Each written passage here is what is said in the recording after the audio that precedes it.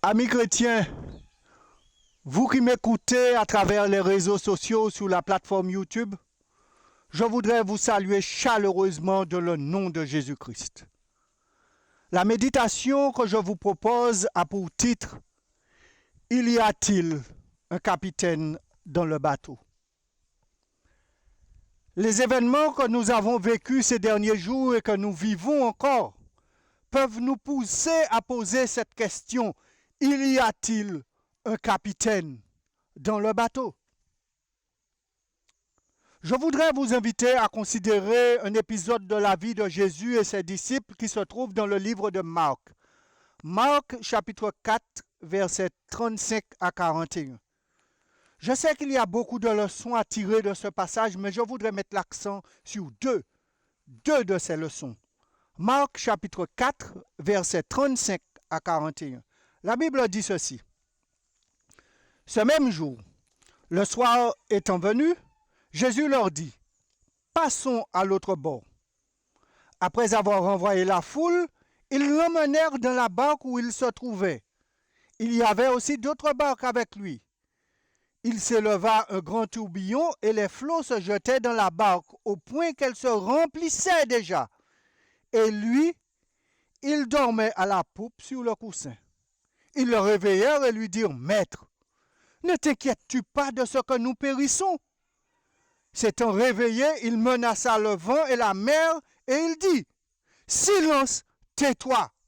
Et le vent cessa. Il y eut un grand calme.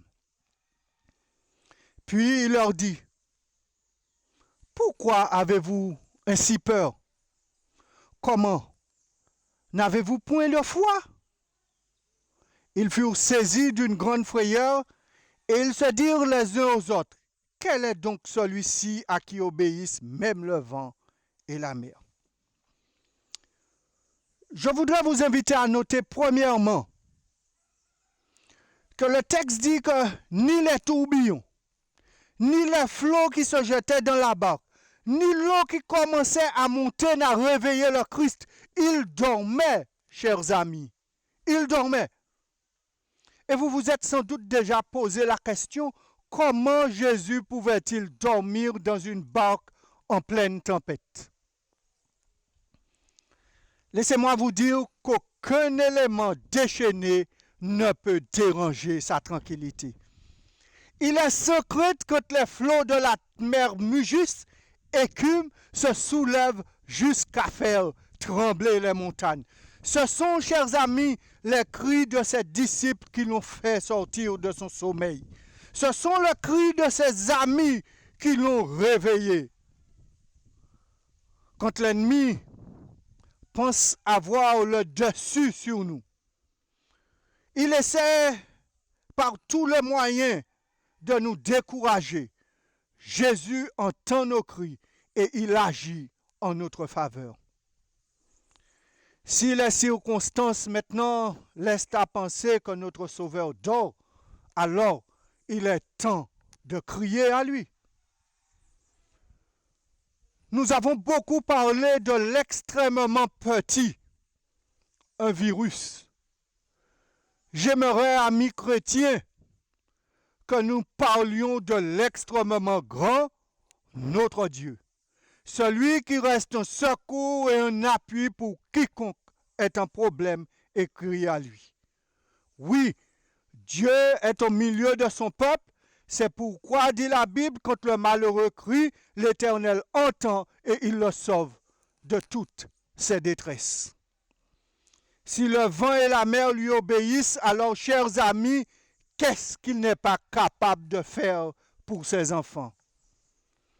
Le deuxième point sur lequel je voudrais attirer votre attention est le suivant.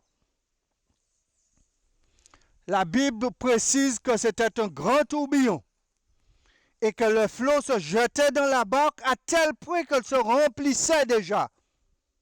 Mais aucun d'eux n'est sorti du bateau. Ils auraient pu se dire, nous allons périr, essayons de gagner la rive à la nage. Non, il valait mieux pour eux rester aux côtés du maître.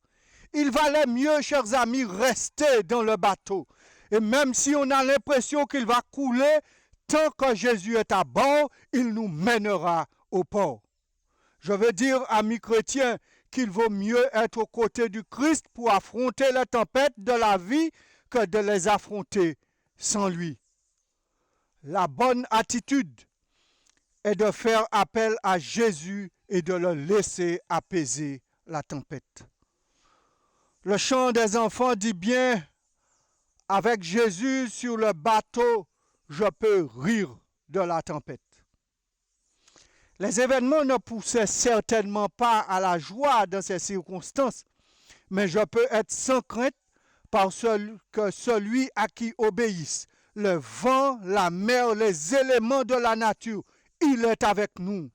Oui, chers amis, Jésus est avec nous dans ces temps d'épreuve.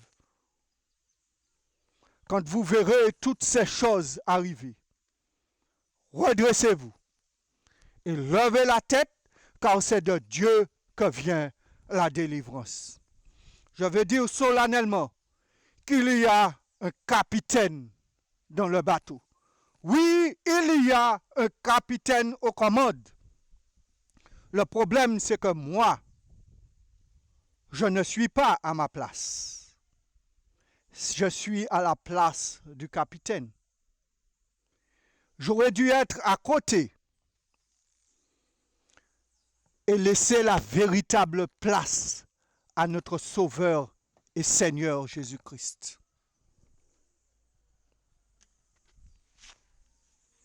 Je veux inviter chacun à faire confiance à celui qui peut tout pour tous.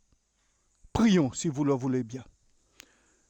Notre Dieu et notre Père, nous te remercions de nous avoir rappelé que tu es aux commandes de toutes choses et que tu es prêt à répondre aux cris de tes enfants.